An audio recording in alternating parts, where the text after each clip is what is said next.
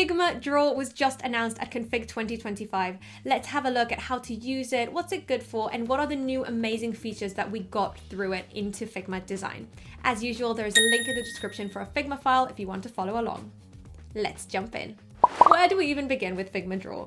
So Figma Draw lives inside of a Figma Design file. So when you go to create, you won't see Figma Draw there. It's just inside of every Figma Design file.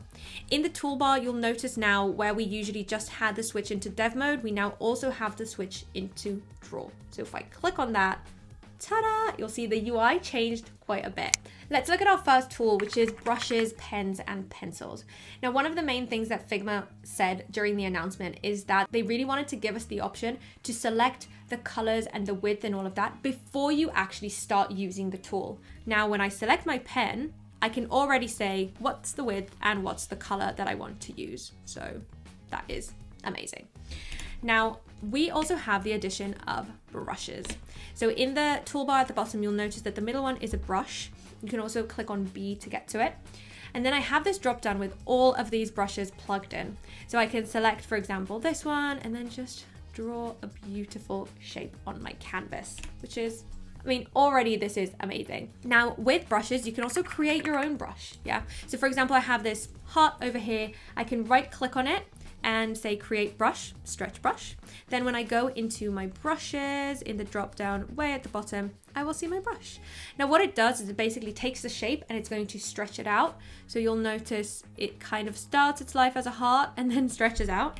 What's really cool is you can do this with text. So this is so cool. So I can take this text, make it into a vector. So Command E, and then right click, create a stretch brush. I'll go into my brushes.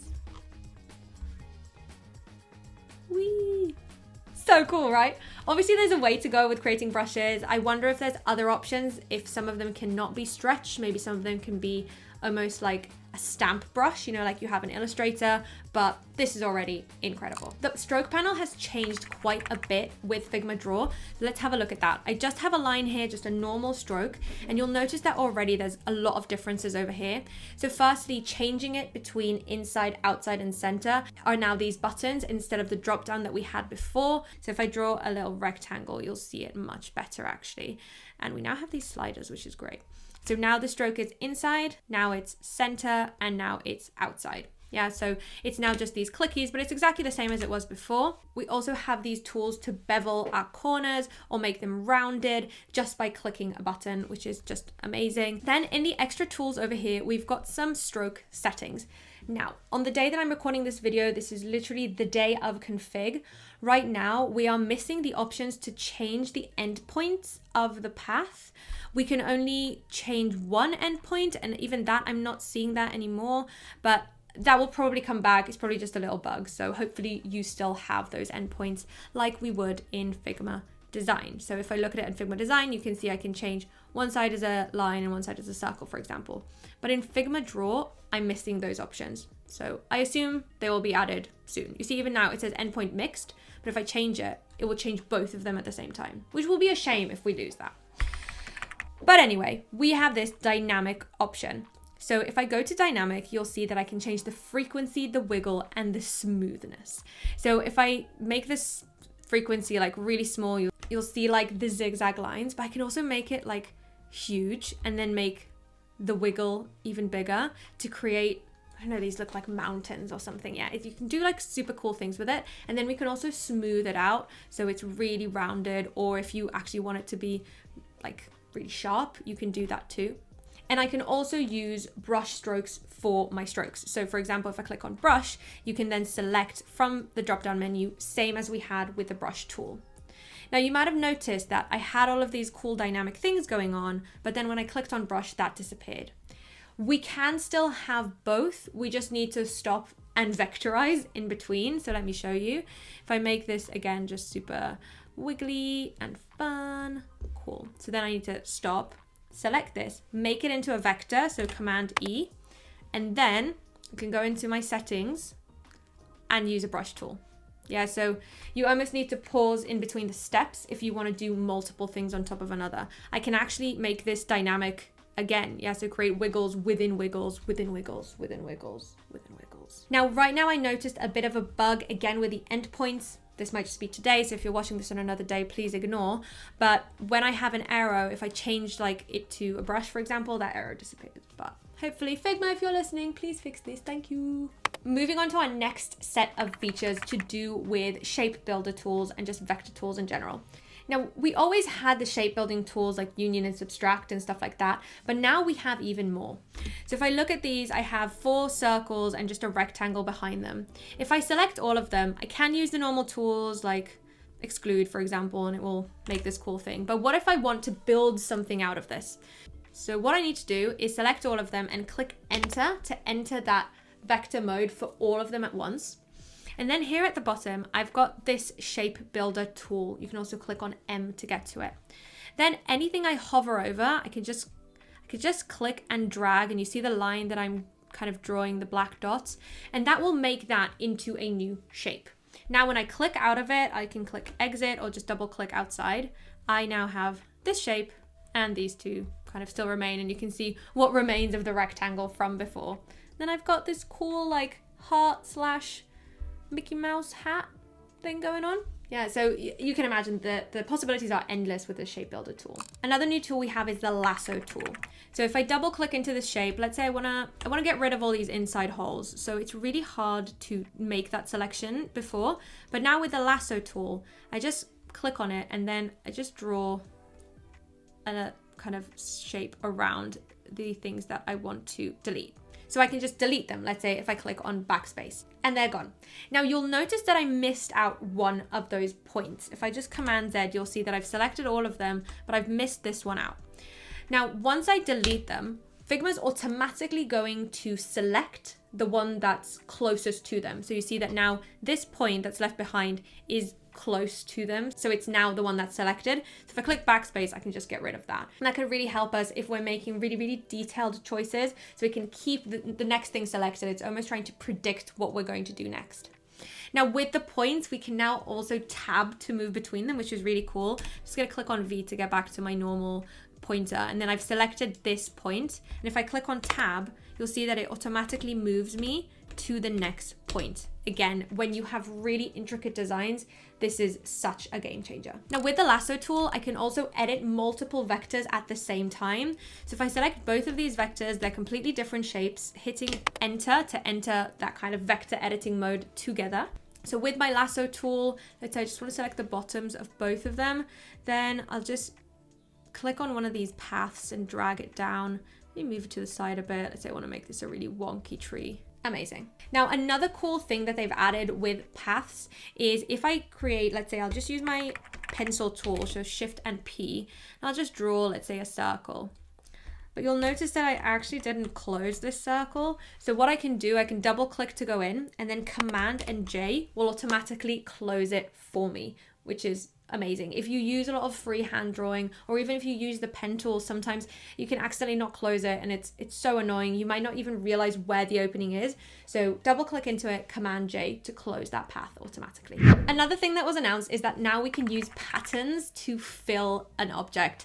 So I've taken this from the Figma playground file. It's just a cool dude, and each one of his parts has just like an empty white fill, but I can now fill it with a pattern. So in my fill picker, I now have this new option for pattern, and it's going to ask me to select a source. So I need to select something on my page to be the source of the pattern. So if I click select source, and then let's say I'll go with this lovely kind of checkered pattern. Look at that, right? So quick. And I can change the scale. It can be really big, really small. I can make the spacing of it bigger. So if you don't want it to be seamless, you can even do that, or change the alignment. Let me show you that with just a single element as well. So for example, I'll select this star. Look at that. Yeah, let's see, I'll make tiny stars and I'll give them a bit of spacing between them. I'll have them start from the middle, and I can change it between a proper like rectangular grid and a hexagonal grid. So now you see that it's just made them kind of space out in a more interesting way. And if I want to see what the source is, I can click on go to source, and then I can actually change it, and it will change whatever's or using that pattern. So if I double click into it, let's say I want to move this point in, so you see it's changing it on this as well. It's almost like creating a style out of that source element to fill the pattern. so cool. We also got some new effects. So the first two effects I want to show you is noise and texture. If I select this just heart over here, I can add a new effect. And going back to what I mentioned at the start, Figma wanted to give us the option to select things before we add them. So I can add, for example, and then go to the drop down and change it. Or you can see now there's a little drop down here. I can click on that and select what I'm adding before I actually add it. Brilliant. So let's add a new one, which is texture. Look at that, already so cool. So you can see I can change this to however much texture I want, and I can change the radius of it as well. Do I want it to be like really out there or a bit smaller? And I can also clip it to the shape. Now clipping to shape is really useful when we have a drop shadow, for example. So let's add a drop shadow. I'll make the shadow just a bit bigger so we can see it. I'll put the drop shadow underneath the texture, and then you see that the texture is affecting the shape and the drop shadow as well. Yeah, so you can see that. If I just move that, you can see that really happening. But if I clip it to the shape, it will only affect the drop shadow. Yeah, so we need to just kind of be smart on how we're using this, and the order of the layers and effects really matters as well. Let's have a look at noise now.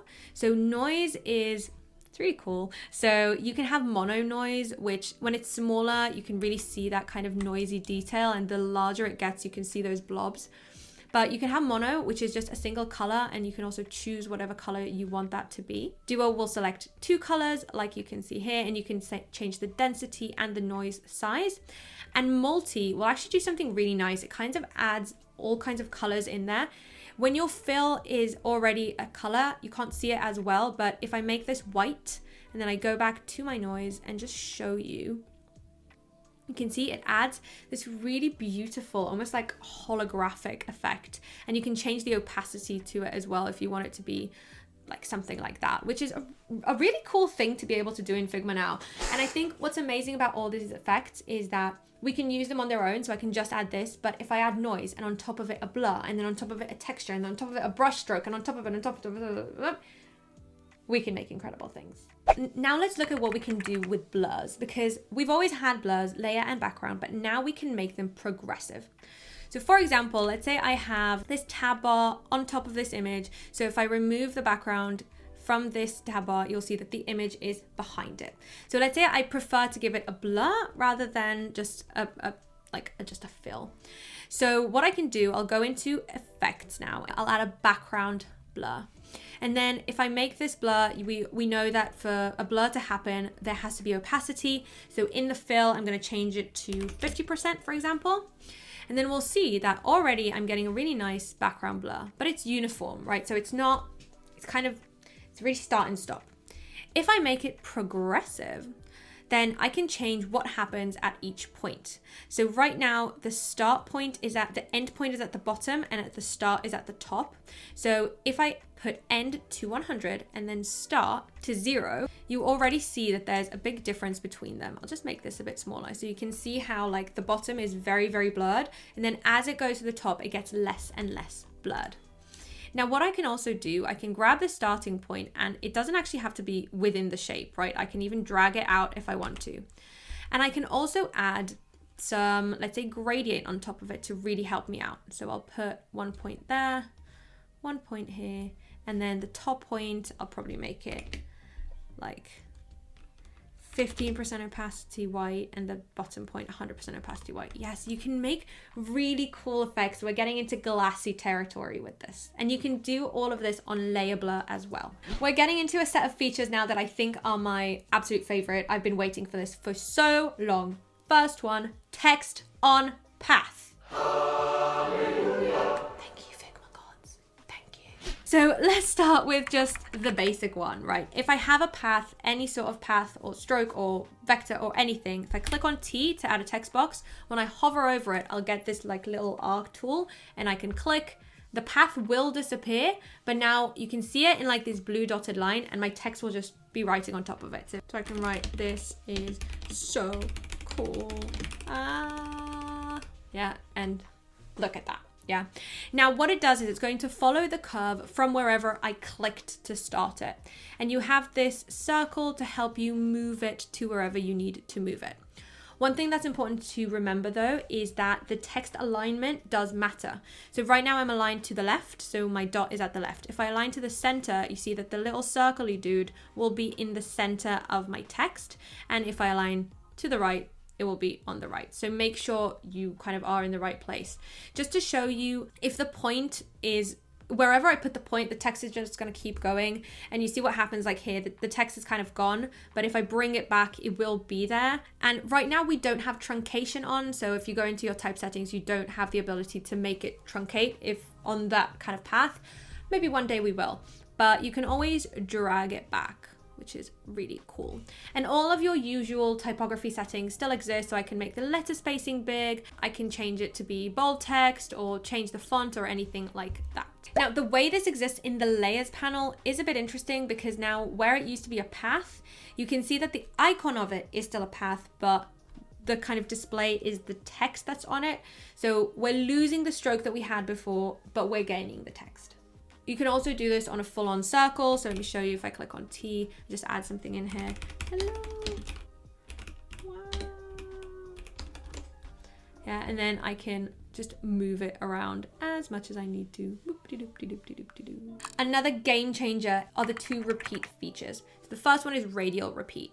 If I select anything really, at the top, I will have this new drop down. And if I click on it, I can use radial repeat. Now, automatically, it will just repeat the item a few times. All I need to do is click inside of here to then decide how much I want it. So I can change the gap between them, and you can do it by units or by pixels. So by units means how many times can it fit that specific element in between the gaps. And you can also change the count to however many of them you need. Now, what's important to remember with this repeat function is that you need to apply it in order to move on from it. So right now, you'll notice when I select this element, you see in the left, in the layers panel, it's actually a repeat group. And this one is the only one that exists, right? I can't actually select any of the other ones. It's just this one. Because if I want to make a change to it, let's say I'll go into the points and just make that kind of move up, then it will do it to all of them. But when I apply this, so I will select my repeat group and then click on this check mark, what it will do is it will apply the transform. And now if you look in the layers panel, they are all their own individual elements. So if one of them changes, the others will not be affected, okay? It's almost, think of it as like, I've now detached them from each other. So sometimes you might want to leave them in that state, so there's only that transform happening on them and you can control one, or sometimes you might want to make them into their own individual element. Now we can also use linear repeat. So for example, if I use the linear repeat over here, when I click on it, I can choose the direction. So I want this one to go vertically, and I can add more, and then I can just change the gap just to make this cool zigzaggy pattern. And I can also add things on top of things. So now let's say I also want a radial repeat. Oh my God, let me move this out of the frame. Yeah, so I can make something like this, and then let's change the radial repeat to actually only have 4 of those. Then I can apply this by clicking on the checkbox, and that's it. I've got all of my vectors, and there's a lot of them. So I can just, it will be in a group. So it's making sure that it's not just gonna put thousands of vectors on your layers panel, but remember that once you click that apply, they will each be their own vector. The last thing I have to show you today is the rotation anchor point, which is another, I know I keep saying game changer, but game changer, guys. So if I want to rotate an element right now, if I select it, hover next to a corner, I can just rotate, and it will always rotate from the center, which is sometimes what we want, but sometimes we want to be able to rotate it from a certain point. So all you need to do is select the element, move your mouse to a corner, and just wait. So you see after like 2 seconds, we've got the anchor point appearing. Now I can select it and drag it. It's giving me these like little lines to help me out. And it will also, once I start moving it, it will almost like attach itself to these points. So if I get close to them, it kind of drags them in. So now that my anchor point is just down there, when I select this element to rotate it, it will rotate from that anchor point. Amazing. This is just like so good, so useful. I can see myself using this so often in my design process. And that's that. That was a quick overview of Figma Draw and all the new features that come along with it. All of these are just available in Figma Design, so I hope you can use them and utilize them within your projects. There's gonna be way more to come. I'm gonna be making a detailed tutorial of every single one of the new products that Figma launched at Config 2025. I hope you enjoyed. Please like and subscribe, leave a comment below. Let me know what else you want to see and what was your favorite new announcement. See you at the next one.